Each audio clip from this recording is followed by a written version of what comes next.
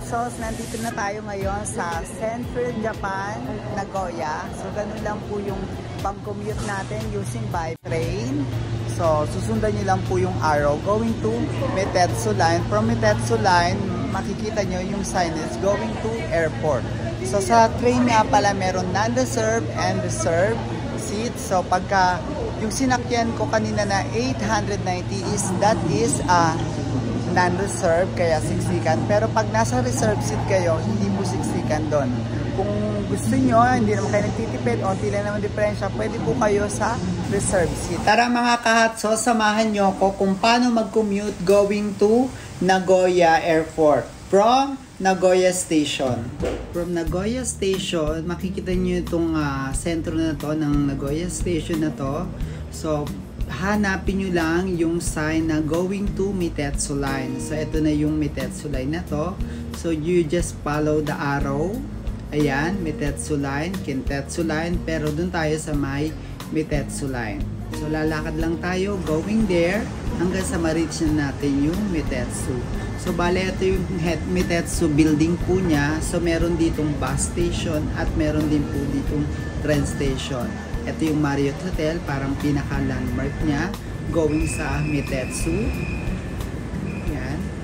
Let's go guys. Punta na tayo sa Meitetsu. So, pag kumanan ka, yun yung papuntang bus.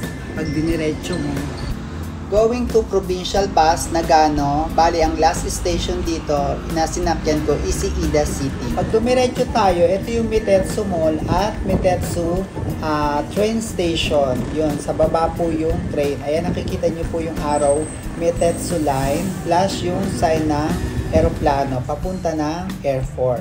So, bali dito tayo mag-e-entrance sa may mall, sa may elevator. Itong Meitetsu building na to is combination of mall and terminal ng bus and also terminal ng train station. So, ayan, combination siya. Halo-halo. Sasakay na tayo dito sa elevator papunta sa terminal ng train going sa airport at sa other local train. Yan, paglabas natin ng elevator, diretso lang tayo para bumili ng ticket going sa airport.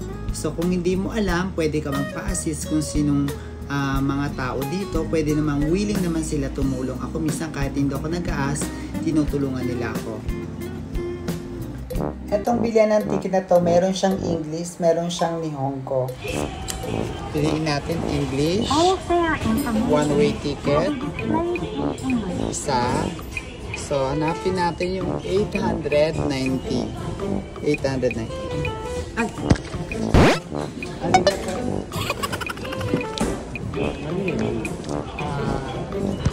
Japan Central. Hi. Hi. 82. Hi.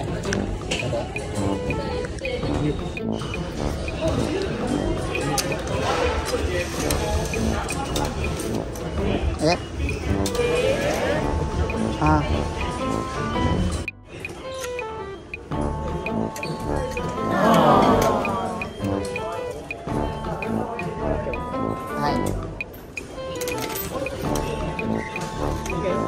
Ayan, so we are lucky at nakabili na tayo ng ticket at may nag-assist sa atin. So, pasok na tayo at hanapin na lang natin yung truck na pupuntahan natin. Pagpasok na natin mismo sa train station, hanapin natin yung truck number 4. Yan. May mga arrow naman, so hindi naman kayo maliligaw dito. Just follow the arrow kung saan yung truck number 4. So, ayun yung truck number 4. So, punta tayo doon sa may truck number 4.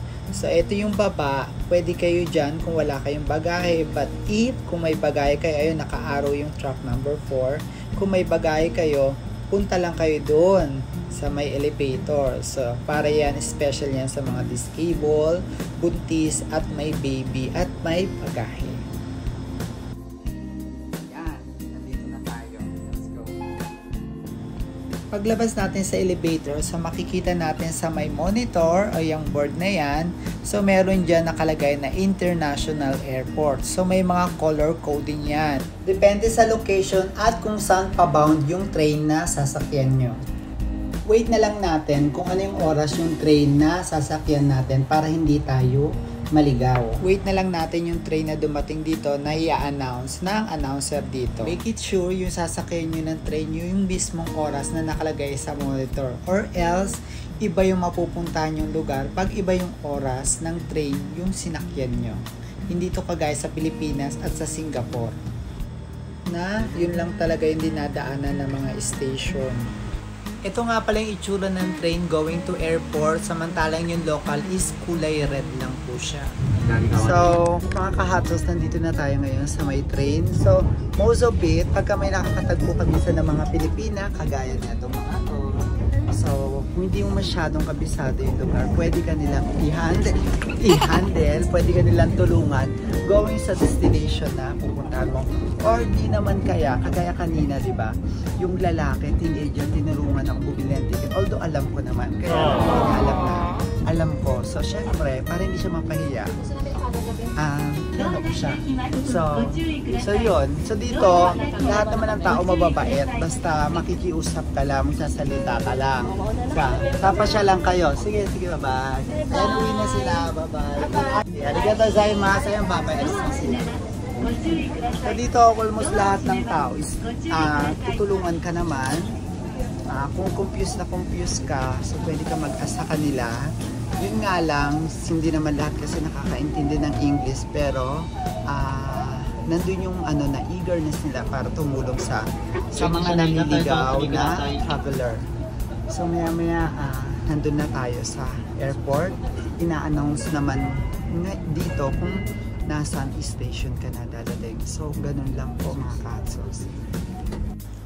Pag ganitong oras sa Japan, yung peak hour, usually siksikan talaga. But other than that, pag hindi peak hour, so maluwag naman yung train dito sa may Japan, as in super luwag. This is the situation if your ticket is non-reserved. So siksikan siya. But if not, so maluwag naman siya. Pero if you want to make it sure that you're more comfortable, so you need to buy the reserved ticket, kagaya ng pinakita ko sa iyo kanina. Here in Japan, you will not confuse if where is the station it is, because the announcer will tell you via English or Nihongo which station you are now. So just focus on the announcer. Ayan, lagi lang kayo nakapokus sa announcer kung nasaan lugar na para di kayo maligaw.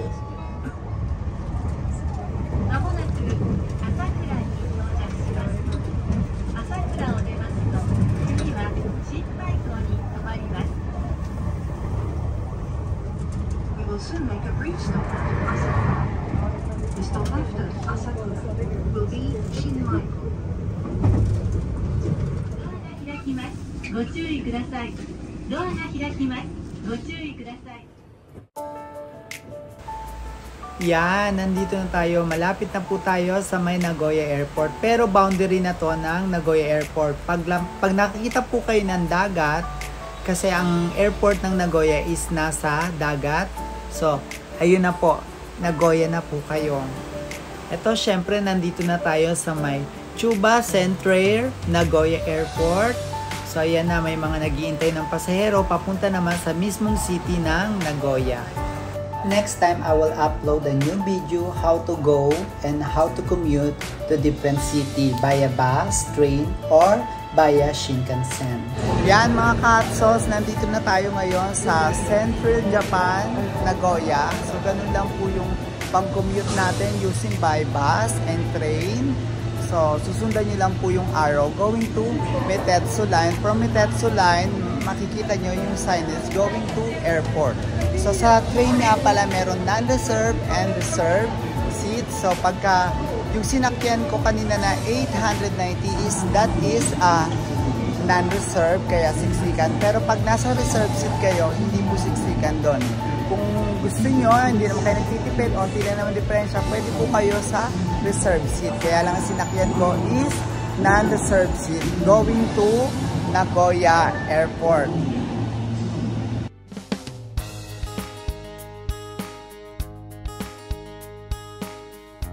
Yung bagahe ko. So, ito na yung exit.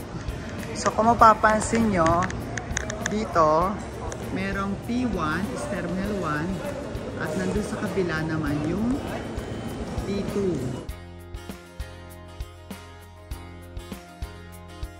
So that is Terminal 2. So exit na tayo.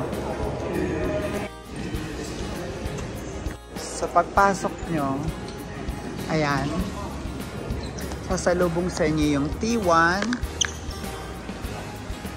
at T2. So syempre dun tayo sa T2 dahil Jetstar tayo. Ayan, nandito na tayo, papunta tayo sa Terminal 2. So ang palatandaan na nasa Terminal 2 ka is itong malaking eroplano. At ito yung going to Terminal 2.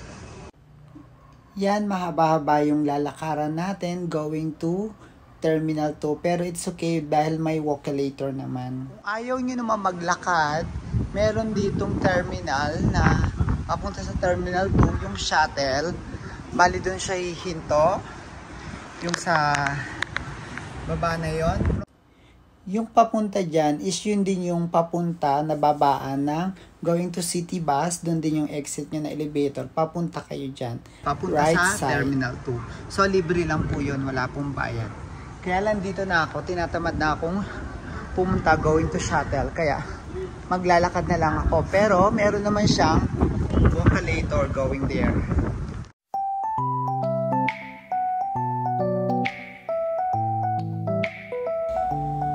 Yan mga ka-hot sauce, onting kemot na lang, malapit na tayo sa mismong Terminal 2. Bago tayo mag-boarding, pwede po muna kayo maglibang dito kung gusto nyo na kumain, nagugutom kayo, at kung gusto nyo mag-unwind, mag-coffee muna kayo dahil medyo napagod kayo kakalalakad, pwede kayo dito lang sa my Starbucks, pwede po kayo mag-coffee at kumain dun banda. At pwede rin po kayong mag-relax kung may kasama kayong kids, may activity dito sa may yung eroplano na yan, yung loob niyan, pwede niyong pasukin at meron pong activity dyan. So, bago po kayo tuluyang mag-boarding. So, again, this is me, Art De Los Santos. So, thank you for watching mga ka-hot sauce sa aking YouTube channel na Art Iba Pa.